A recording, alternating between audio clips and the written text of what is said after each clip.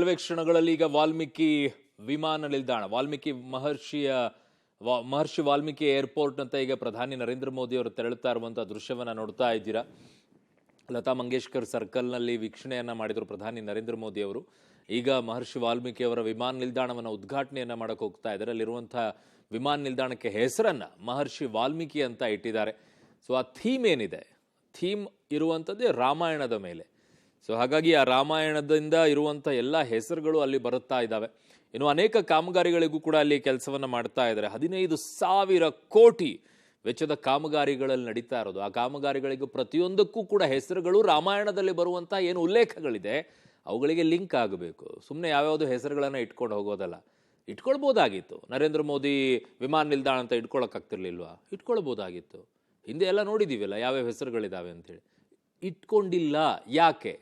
ಅಯೋಧ್ಯೆಗೂ ರಾಮಾಯಣಕ್ಕೂ ಹೇಗೆ ಲಿಂಕ್ ಇದೆಯೋ ಹಾಗೆ ಅದೆಲ್ಲವೂ ಕೂಡ ಗೊತ್ತಾಗಬೇಕಾಗಿದ್ದಂಥ ಮೂಲ ಪುರುಷ ಇದ್ದಿದ್ದೇ ಮಹರ್ಷಿ ವಾಲ್ಮೀಕಿಯವರು. ಸೊ ಹಾಗಾಗಿ ಮಹರ್ಷಿ ವಾಲ್ಮೀಕಿಯವರ ಹೆಸರೇ ನೀವು ಹೋಗಿ ತಲುಪೋದೇ ಮೊದಲು ಮಹರ್ಷಿ ವಾಲ್ಮೀಕಿಯವರ ಬಳಿ. ಅಲ್ಲಿಂದನೇ ಮುಂದಿನ ನಿಮಗೆ ರಾಮಾಯಣ ತೆರೆದ ಬುಕ್ಕು ಹೇಗಾಗುತ್ತೋ, ತೆರೆದ ಪುಸ್ತಕ, ಹಾಗೆ ಅಯೋಧ್ಯೆ ತೆರಿತಾ ಹೋಗುತ್ತೆ. ನಿಮಗೆ ಹೋಗ್ತಾ ಹೋಗ್ತಾ ಹೋಗ್ತಾ ಎಲ್ಲವೂ ಕೂಡ ತೆರಿತಾ ಹೋಗುತ್ತೆ. ಅಷ್ಟು ಅದ್ಭುತವಾಗಿರುವಂಥ ಕೆಲಸಗಳನ್ನು ಮಾಡಿದ್ದಾರೆ ಅನ್ನೋದನ್ನು. ಸೊ ಇವೆಲ್ಲವೂ ಕೂಡ ಕನಸಲ್ಲೂ ಕೂಡ ಇರಲಿಲ್ಲ. ಭಾಳಷ್ಟು ಜನರನ್ನು ನಾನು ನೋಡ್ತಾ ಇದ್ದೆ. ಭಾಳಷ್ಟು ಜನ ಹೇಳೋದು ಸಪ್ನೆ ಬೇಬಿ ನೈದೇಕೆ ಅಂತ ಹೇಳ್ತಾರೆ. ಅಂದರೆ ಕನಸಲ್ಲೂ ನಾವು ಕಂಡಿರಲಿಲ್ಲ ಈ ರೀತಿಯಾಗಿ ಅಂತ ಹೇಳಿ. ಇಷ್ಟು ಬೇಗ ಇಲ್ಲೆಲ್ಲವೂ ಆಗೋಗುತ್ತಾ? ಇಷ್ಟು ಬೇಗ ದೇವಸ್ಥಾನ ನಿರ್ಮಾಣ ಆಗುತ್ತಾ?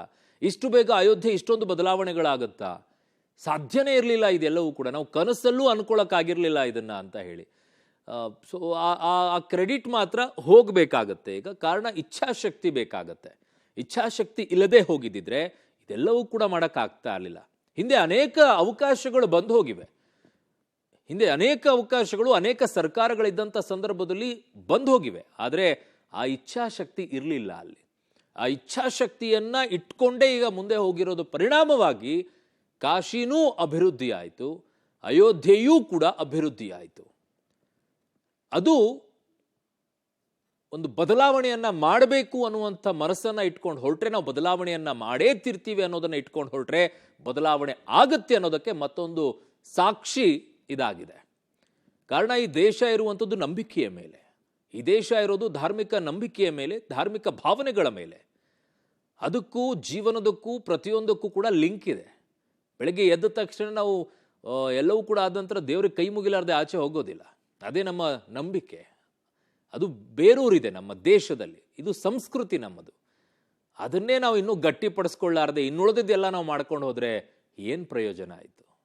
ಈ ದೇಶದ ಮೂಲ ಸಂಸ್ಕೃತಿ, ಈ ಪ್ರತಿ ಮನೆಯಲ್ಲೂ ಕೂಡ ಇರುವಂಥ ಆ ಭಾವನೆ, ಧಾರ್ಮಿಕ ಭಾವನೆ, ಅದಕ್ಕೆ ಶ್ರದ್ಧೆ, ಅದನ್ನು ನಾವು ಗಟ್ಟಿಗೊಳಿಸಬೇಕಾದಂಥ ಕೆಲಸ. ಆ ಗಟ್ಟಿಗೊಳಿಸುವಂಥ ಕೆಲಸವನ್ನು ಯಾರು ಮಾಡ್ತಾ ಇದ್ದಾರೆ ಅವರಿಗೆ ನಿಂತ್ಕೊಳ್ಳೇಬೇಕಾಗತ್ತೆ.